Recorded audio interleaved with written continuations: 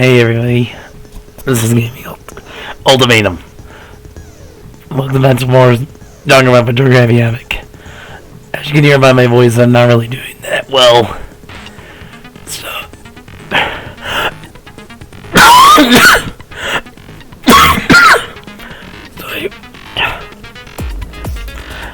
I won't be voicing any of the characters. And if I don't talk much, this is why. Let's have a good trial.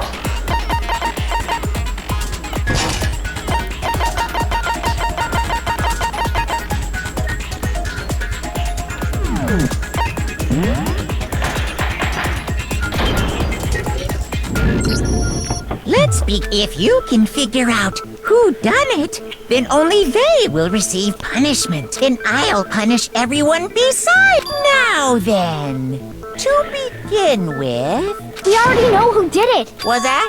It was Hiro. He does not have an alibi for when the murders took place, and we found him in that suit. Don't try and deny it! You killed them! I didn't! Someone knocked me out! I was asleep the whole time! I don't know anything about it! Shut your murdering mouth, murderer! Who are you calling a murderer? I am sorry to say, Hiro, but we do have evidence. Blueprint for the suit. Parts we assume were used to build it, and all of it was found in your room. You have to admit, the evidence is quite compelling. It points to you as having created the suit and wearing it while committing crime after crime. How many times do I have to tell you? I don't know!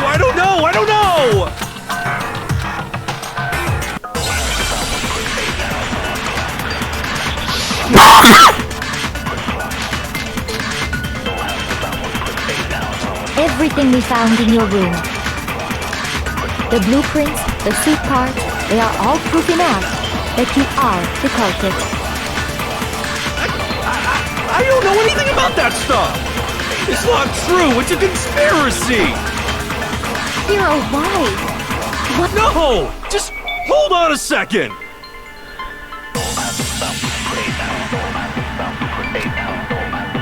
Everything we found in your room.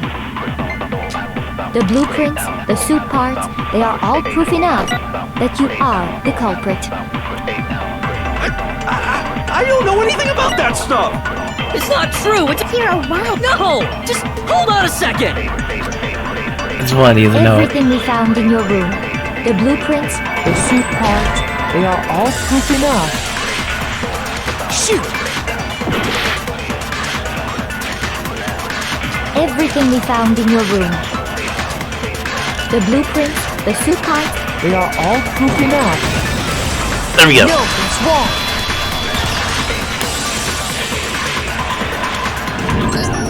Are we sure Hiro really made those blueprints?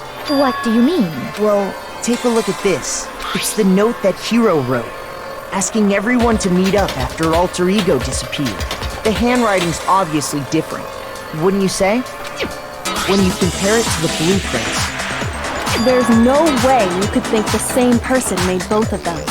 Unless that person made it a point to disguise their handwriting. No, the differences are bigger than that, I think. Come on! I'm not smart enough to think of trying to change my handwriting anyway. So Makoto, are you saying you don't think Hiro's the culprit?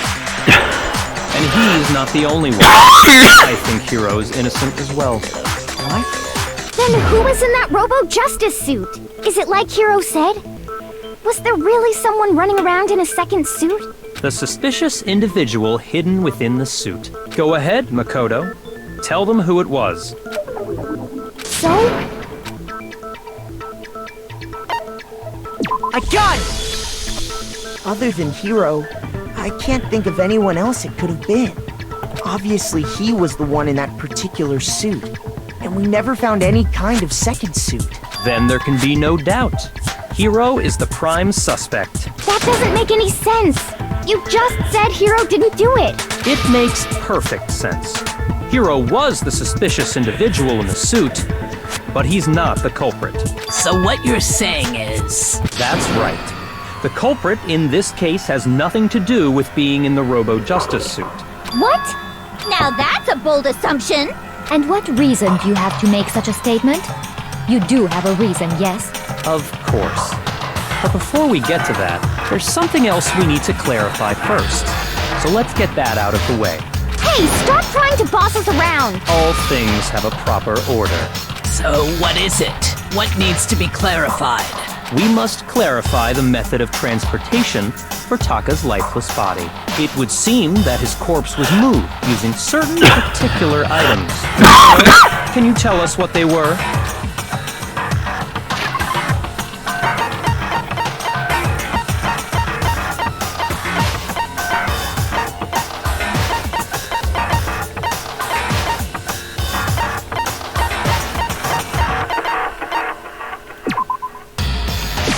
I got it!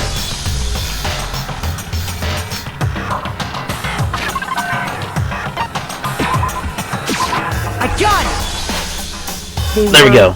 A dolly and a tarp, right? So, let's see if I can explain. Taka's body disappeared from the equipment room, and then we rediscovered it in the repository. And when we found it for the second time, it was wrapped in a blue tarp, right? It was the same tarp that up until then was stored in the equipment room. So the killer must have seen it there and decided to use it when they moved Taka's body. That way, they wouldn't leave any bloodstains while they were moving it. Okay, that explains the tarp. And the dolly? Same thing. I'm sure the dolly was in the equipment room when we first found Taka's body there. Yeah, it was. But when the body disappeared, so later, when Taka's body reappeared in the repository, Sorry for the occasional coughing. so did the dolly. In other words, you think they used the dolly. Am I right? But are you sure you are not mistaken? Huh? Are you absolutely positive the dolly was in the equipment room when we found Taka's body? That dolly was made specifically for moving large objects between the repository and the art room. It would be very strange indeed to discover it had made its way to the equipment room.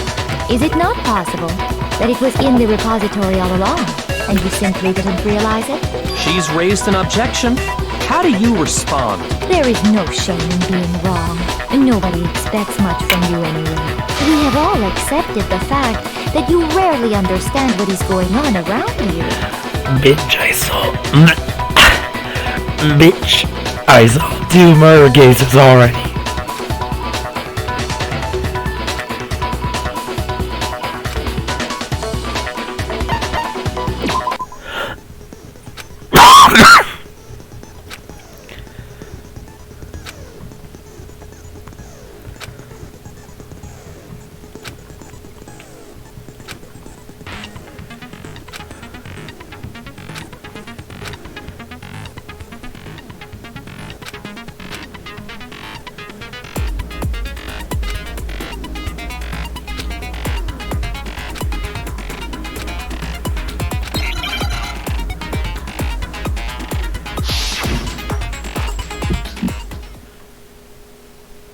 You have it wrong! I cannot agree! You are a fool! So pathetic! Lies will get you nowhere! Do your worst! You miserable wretch! I cannot agree! You are a fool! Do your worst! You have it wrong! I cannot agree! You are a fool! So pathetic! Lies will get you nowhere! Do your worst! You miserable wretch! I cannot agree! You are a fool! Do your worst! You miserable wretch! You have it wrong! I cannot agree! You are a fool! So pathetic! Lies will get you nowhere! Do your worst! You miserable wretch! I cannot agree! I cannot agree! This should prove it! Barely won. If you're asking for proof that the dolly moved, I have it right here. When I found the dolly in the repository, one of the wheels had a blood stain on it. There was a pool of blood in the equipment room with a tire mark in it that matched the dolly wheel's tread. The killer probably rolled the dolly through the blood on accident as they wheeled the body out of the room. And as the blood dried on the tire, they moved the body into the repository. So there's my proof that the dolly was used to move Taka's body. Well, anyway, that was just something we had to get out of the way. Let's get back to the main subject. Yeah, the subject of how Robo Justice didn't do it. Because if it's not a killer robot, then what kind of robot is it? I'm not sure that really matters. I'd be happy to explain why the occupant of the suit couldn't possibly be the killer. If you look back on how the body was transported, it will become immediately obvious.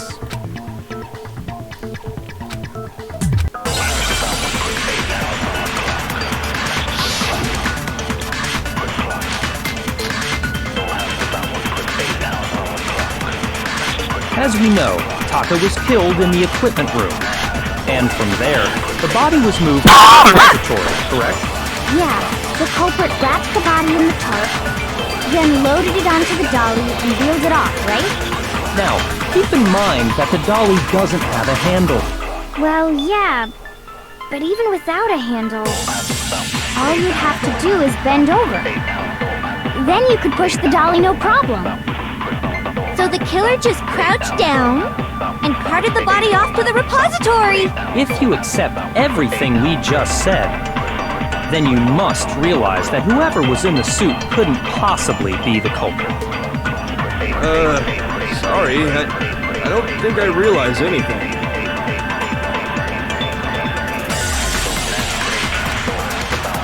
As we know, and from there...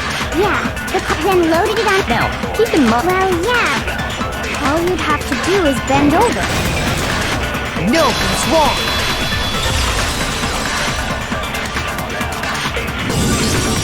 You're absolutely right that you could push a dolly without a handle if you stoop down low. But if you were wearing that suit, do you think you could actually get into a position like that? What do you mean? Think back to what you said when we were all checking out the suit together. Remember?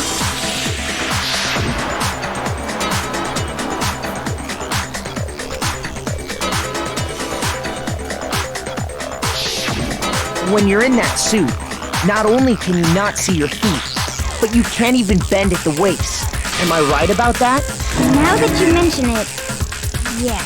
It seems like it'd be awfully hard to push that dolly if you couldn't bend over. Well, what's to stop you from simply pushing the dolly with your feet? When you can't even see your feet? You really think you could kick the dolly all that way? Yeah, it'd be totally impossible. Not that I can say for sure myself. On top of that, if you were wearing such a rigid, cumbersome suit, it's very unlikely you would have the dexterity to go about wrapping the body in a tarp. Well, I mean, isn't that just a matter of taking off the suit when you're ready to move the body?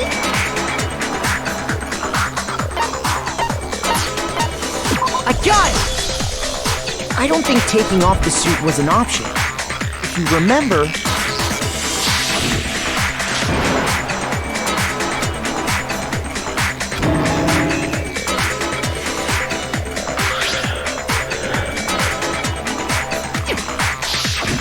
That's true. It seems impossible to put the suit on or take it off without help. Then, you really can't take it off by yourself? Hiro wasn't just making it up? Of course I wasn't making it up. If he could have gotten it off by himself, I don't think he would have let us see him wearing it. Showing up in the suit was basically an invitation for everyone to suspect it. Yeah, that's right! So, it's really, really true that Robo Justice couldn't have moved the dolly? To be clear, whoever did move the body, it couldn't have been Hiro in the robot suit, correct? No, wait. Just a second, if you please. Have you forgotten about the picture that I took? You all got a good look at it, did you not? The image of Hifumi being dragged away by Robo Justice? If whoever was in that suit is not the culprit, how do you explain that?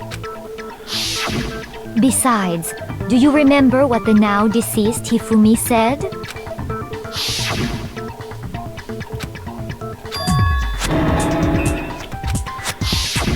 So long as those facts exist, the proper conclusion is beyond question. The individual inside the suit and the culprit are one and the same. It was Hiro, without a doubt. Yeah, that's gotta be right. You're a dumbass, Asahita. Hold on a second! It's still far too early to reach that conclusion. Besides, there's no hurry to decide who did it before we rush to a verdict. Shouldn't we explore every single possibility?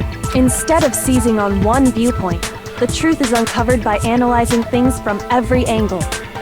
Perhaps, but where do we go from here? Let's review this series of unfortunate events from the beginning. Maybe we'll uncover something new. What a pain in the ass! I don't disagree, but our lives are on the line. If this is what it takes, we have to do it. Plus, maybe we'll get to find out where the heck Kyoko was when everything went down. All right then, let's take another look back at what happened. I suppose we could start with this morning. 4 of us gathered together in the dining hall. Makoto, Hina, Kyoko, and myself. We waited there for quite a while, but nobody else showed up, so we went to look for everyone. That was around 8 a.m. And as soon as we split up, Kyoko went missing. Soon after that, Hina found Celeste in the rec room and quickly came to get Makoto and me. It seems I was unconscious for about an hour after I was attacked by my mystery assailant. I know it was an hour because I remember being attacked a little after 7. That was when we saw Celeste's picture and discovered that her assailant had been wearing a strange costume. As it turns out, it was Robo Justice. It also soon became clear that this same Robo Justice had abducted Hifumi. We were soon joined in our search by Byakuya and Toko, and then went on to find Hifumi in the library. He was injured, so we took him to the nurse's office and resumed our search for the suspect. But not long after leaving the nurse's office...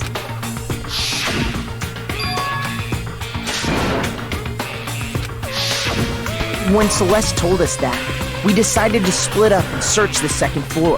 And soon after that, I saw someone moving around on the 3rd floor, and I yelled out to everyone as soon as I did.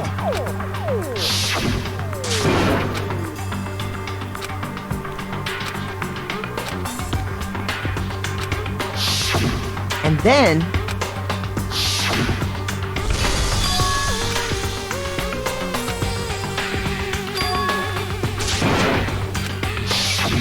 At that point, we decided to divide up into 2 groups. Celeste, Hina, and I went back to the nurse's office, while Sakura, Byakuya, and Toko chased after the suspect. When we got back to the nurse's office, we found Hifumi, dead. And that's when we heard the body discovery announcement. I left Celeste and Hina there and headed back to the 3rd floor to let the others know what had happened. Meanwhile, we had just discovered Taka's body in the equipment room. We must have found both bodies at almost exactly the same time, because we heard the same announcement not long after we discovered his body. And that's when I told you guys about Hifumi. Then the 3 of us headed for the nurse's. Right after we left the physics lab, we ran into Celeste, who'd arrived after us. And she told us something very surprising.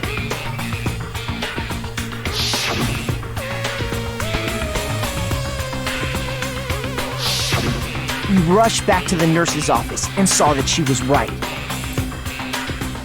Then we remembered we'd left Toko passed out in the equipment room, so we hurried back again.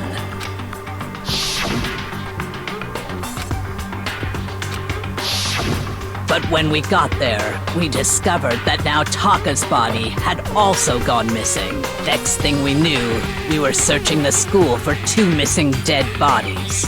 And after some time... Celeste informed us that she'd found the bodies, and we all headed to the repository, which is where we rediscovered the corpses. I think that about covers it. I see. The whole thing sounds exceptionally complicated.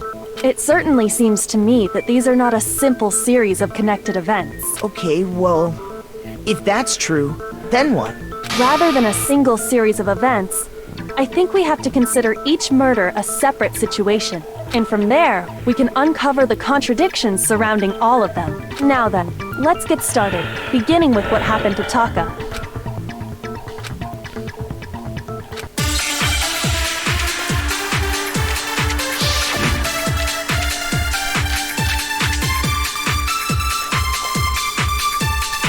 So, regarding Taka's death, I wonder if he died before Hifumi, or perhaps it was after?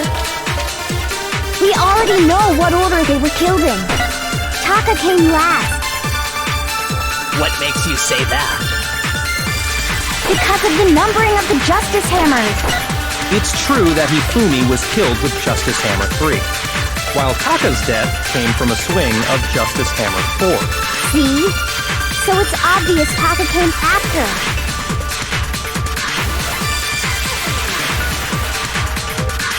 So, I wonder if or perhaps it was... We already know what order they were killed in.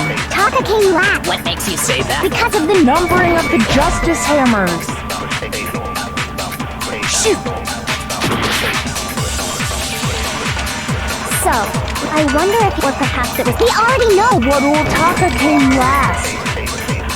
What makes you say... Because of the number... It's true that while Taka's death... See? So it's obvious Taka came after. So, I wonder if or perhaps it was... We already know what order they were killed in. Darn it. Shoot!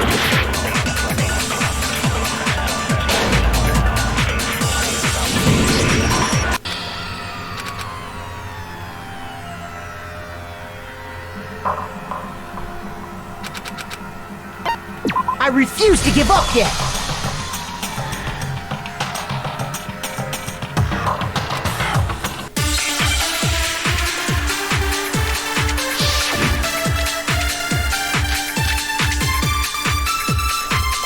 So, regarding Taka's death, I wonder if or perhaps it was... We already know what order they were killed in. Shoot! So, I wonder if or perhaps it was... We already know Taka came... What makes you say that? Because of the numbering of the Justice Hammers.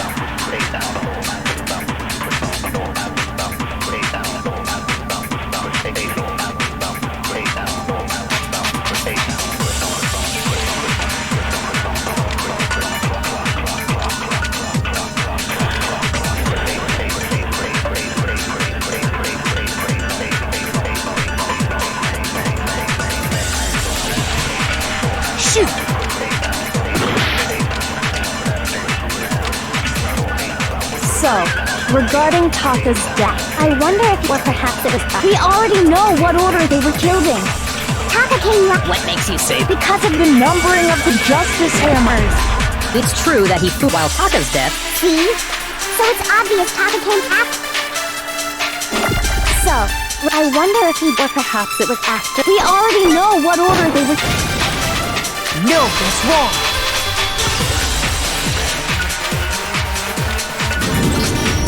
Hold on. There's no reason to assume that the hammers were used in the same order as their numbers. If anything, that's just another way the killer tried to disguise their actions.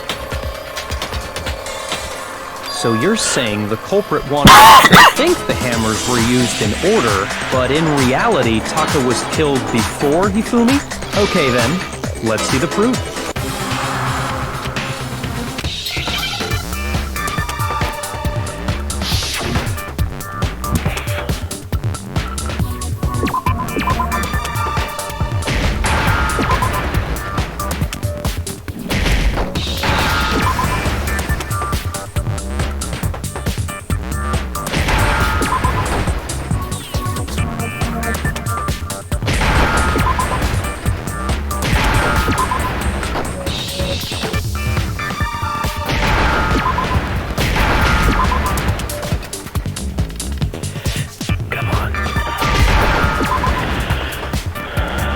Now I understand.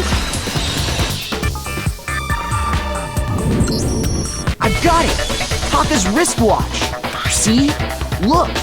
It broke with the hands pointing just past 6 o'clock. It must have gotten broken when he was attacked by the killer. Because as of last night,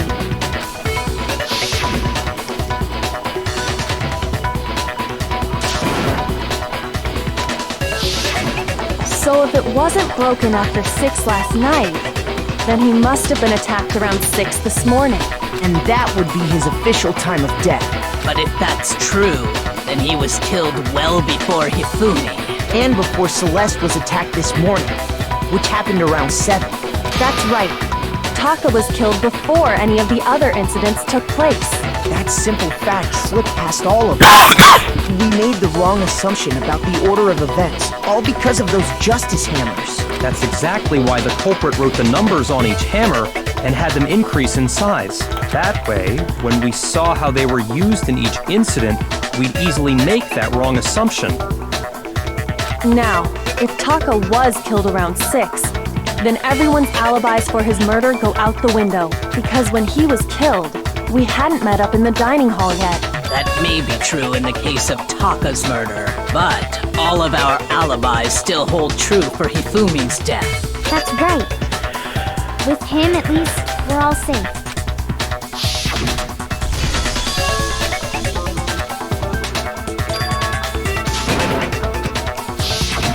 When we heard Hifumi screaming, we were all together. Except for Hiro and Kyoko. Then we all ran down to the nurse's office, and that's where we found his body. That's totally true! We're all in the clear! Oh, I know! They must have recorded him screaming on a tape or something, then played it later on! If that's true, where's the tape? I don't know. Don't just go making stuff up! Anyway, we all have rock-solid alibis for when we heard Hifumi scream.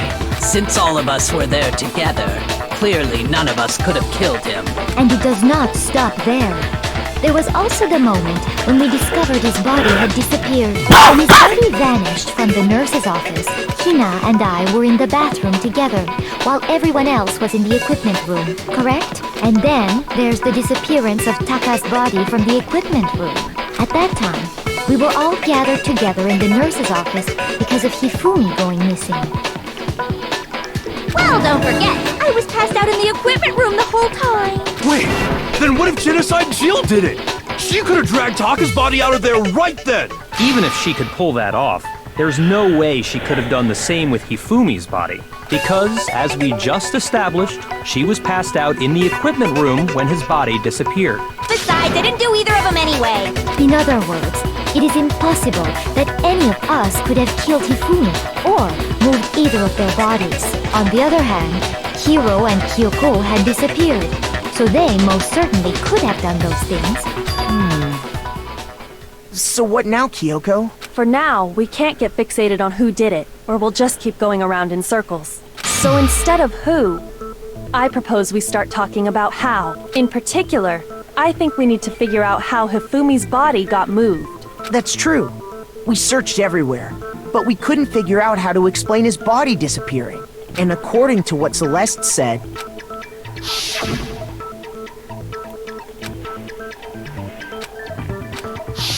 his body apparently disappeared in the 1 minute her and Hina took their eyes off of it. But to carry that much weight from the first floor up to the third in that short amount of time? Oh man, yeah! There's no way! It'd be impossible! Well, what if I told you there was a way to make the impossible possible? What? How? If the dead body were to move itself. The dead body moved on its own? No! Not another... ghost! I don't think it has anything to do with the occult.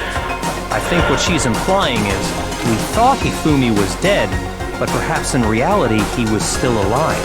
He was alive? Are you saying Hifumi wasn't carried out of the nurse's office, but simply walked out on his own? But I mean, we found his body. He was dead. Perhaps he was simply playing dead. That it isn't possible.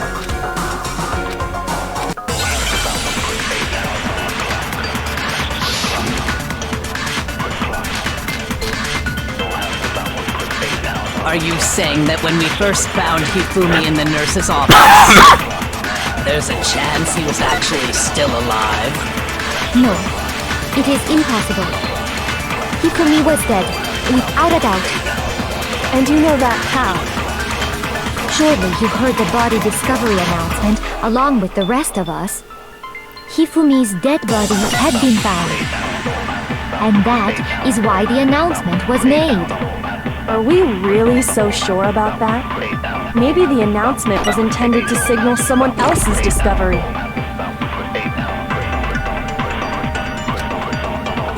Are you saying that when we first found Hifumi and then there's a chance he... No. Hifumi was dead, and you know that. Surely you've heard the body that Hifumi's dead body had been found. No, that's wrong! There we go. Was the body discovery announcement that was made really intended for Hifumi? Of course it was. The announcement played right after we discovered his body. Maybe. But that was also the same time that Taka's body was found. That's right.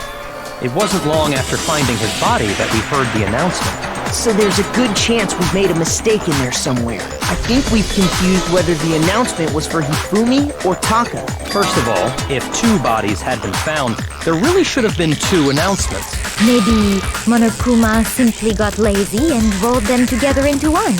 What do you say, Monokuma?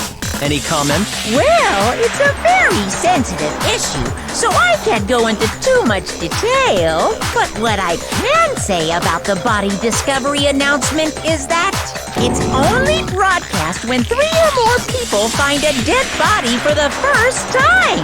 That didn't answer our question, man. We're asking if you're a lazy bum. No, actually, that was plenty. Huh? He said it's only broadcast when a body is discovered for the first time.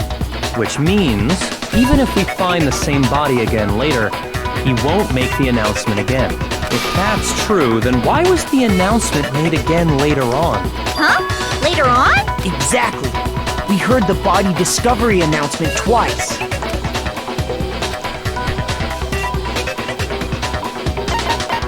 I got it!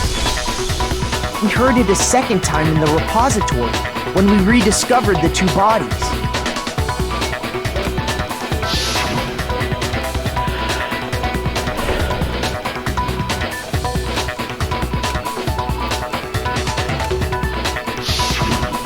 Didn't seem weird at the time, but it contradicts what Monokuma just told us, doesn't it? Exactly. If we were actually rediscovering both bodies, the announcement shouldn't have played. Then in reality, when the two dead bodies were rediscovered, one of them was actually being discovered for the first time.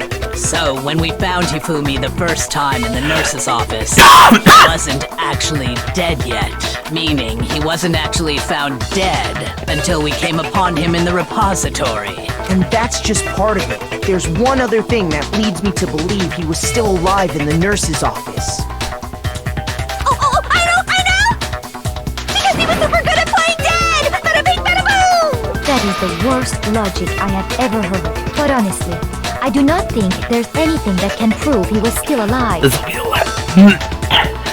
will be the last thing we do this episode. Okay then, let's take another look at the events surrounding the discovery of his body. Then it should become clear whether he was really alive or not.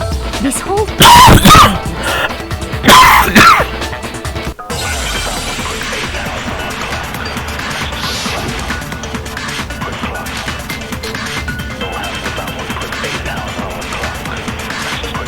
here's one thing we do know. The first time we found Hifumi's body was in the nurse's office. And then, while me and Celeste were in the bathroom, his body disappeared. And the next time we saw his body, it was in the repository. But when you compare his body before being moved and his body after being moved, other than the change in how it was positioned, there was no notable difference. Then, was he really still alive? Of course not. It is impossible. This is ridiculous. Not really. Well, here's one thing. The first time we found him, and then his body disappeared. And the next time it was in. But when you compare his body to other than the change, There was no notable difference. No, And this is the final thing we do today. in fact, there was one clear difference between Hifumi in the nurse's office and the repository. His glasses. We'll end things off here. Next time. Next time on Danganronpa, we continue the trial. See you guys then.